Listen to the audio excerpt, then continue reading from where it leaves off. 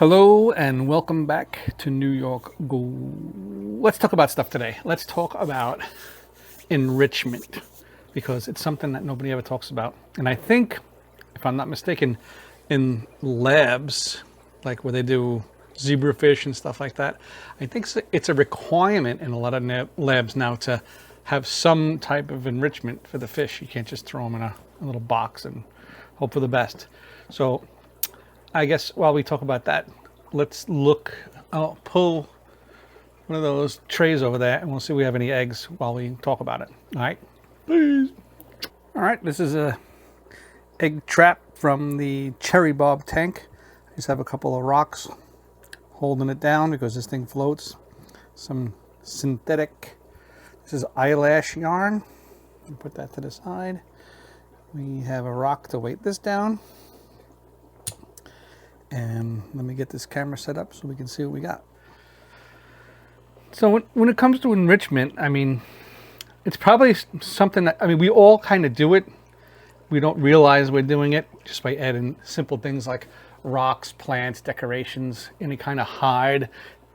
Basic water flow is actually, you know, a stimulant to some like danios and stuff like that, things that like that fast moving water, even cories.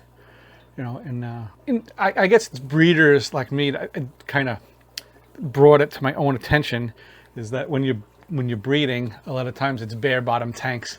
You're either raising the parents in a bare bottom or you're raising the fry in a bare bottom. And I mean, usually, I don't know, I guess the parents might be in there for a little more long-term thing, but I don't know. There's kind of enrichment, there isn't. So I don't know. It's a fine line. It really is. And, you know, let's see what we got going on here.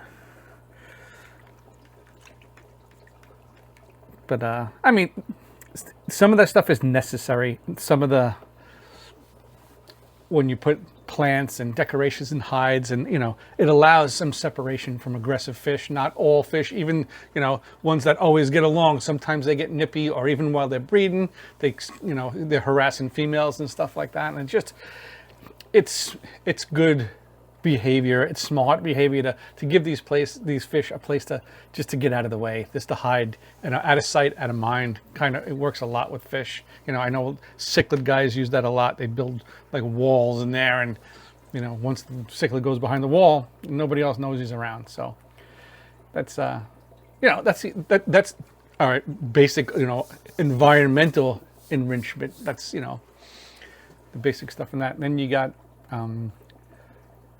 like behavioral enrichment. You got foods, you know, like live foods, like a live worm or a brine shrimp, or, you know, just promoting that hunting behavior and getting you know, getting those instinctual juices flowing, and that helps with, you know, of course, you know, breeding. Getting the proteins into the adults, and then, oops, put these in here. Get some Eggos. See if I can show those Eggos. Those are all eggs in there.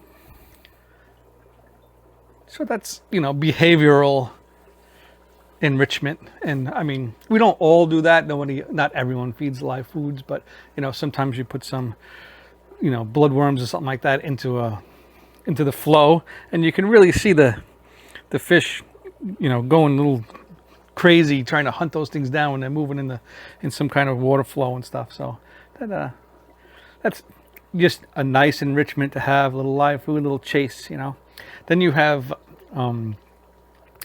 visual enrichment, which is basically, I heard people talk about this before, and it's basically, it's any kind of substrate, and whether it's pebbles on the bottom and stuff. There's a lot of studies that show fish are just more comfortable when they have something underneath them, some kind of solid structure-y, whether it's sand, whether it's pebbles, whether it's something. They're not all comfortable with just glass underneath them. I guess eventually they get used to it, but you're really better off with some type of substrate in the long run, you know.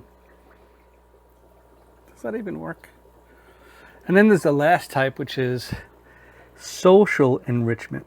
See that? Got him. And basically, that's, unless it's like a flower horn or something like that, it's being with other fish of the same species, and that goes a long way. You just buy, if you can only afford like one Cory cat. I mean, everybody knows that Corys like to be in schools. They like to be around, 5 or more, and it makes for a healthier existence. And I know a lot of certain fish, you're limited to your pocketbook, how much money you can spend on these things, but maybe it's better off buying more inexpensive fish that you can buy more of, rather than buying one, golden trophy fish that you always wanted, but he's all by himself in the tank. There you are. Come here, you. I can't talk and do this at the same time. It's a good idea to have,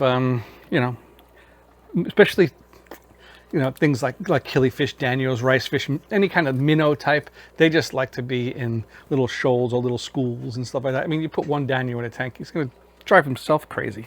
You need someone to go crazy with. It's a nutty fish. And then also in a social environment, and this is where I kind of don't feel bad for having not too much environmental enrichment in the tanks, is a form of breeding, something to breed on, in, or around, like a mop, a cone, a cave, something like that. Any, a slate, all of that stuff helps promote breeding. And I feel, if you have a couple of fish in there and they're breeding, the least of their worries is if you have the right substrate or enough plants or whatever else is going around. So that's a big part of enrichment, is providing them a spawning mop or something like that, something to, get busy in. And if you're going to be stuck in a little glass box, you might as well be able to do that. You know what I mean? Oh man, that's what I'm saying. So let's see what we got here. Ding. Okay, so I scooped out a bunch of eggs and fry from the, you see the eggs stuck in the bottom of that? Come on. From the cherry bulb tank. Every day I get some of these things, and I don't know, nothing else is really breeding for me, so I just feel funny not breeding anything in here. So I gotta keep it in motion, you know what I mean? So I don't know if you can see that, but let me see if I can go 5 times. Oh, there you go. So everything's kind of gathering in the middle, and I try to pick out some of the yucky stuff. Not that it's yucky, this is just pieces of flake and stuff that maybe the adults spit out or whatever, or ended up in there. Maybe a little poop. Come on. And then, let me see if I can get some light on that.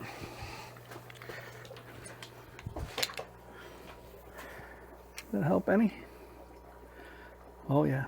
Yeah, you see the ones that are like just hatching? They're just a yolk sac and a tail. They don't have eyes yet. Oh, we got a little schmutz right here. Oops, see, I got an egg. That can go bye-bye. And not that the grow out tank is the cleanest in the world, but this is actually, I don't know, kind of fun to dig through this and pick out all the little pieces. All right, let's put these guys in with their brothers and sisters. Okay, this is, kind of like a Dean's thing, only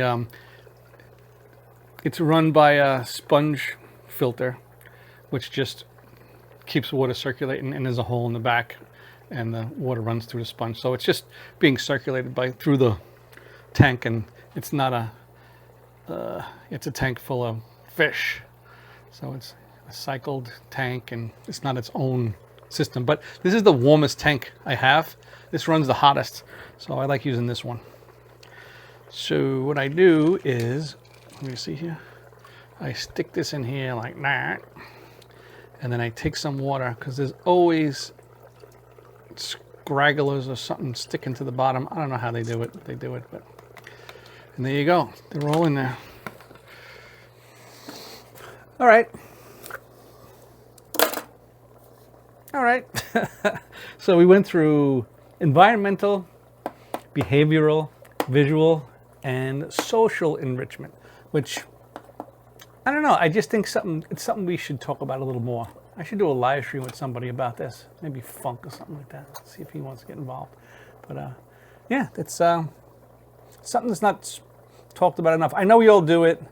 You kind of can't help it sometimes. You know, it's almost impossible to give a fish no, enrichment at all.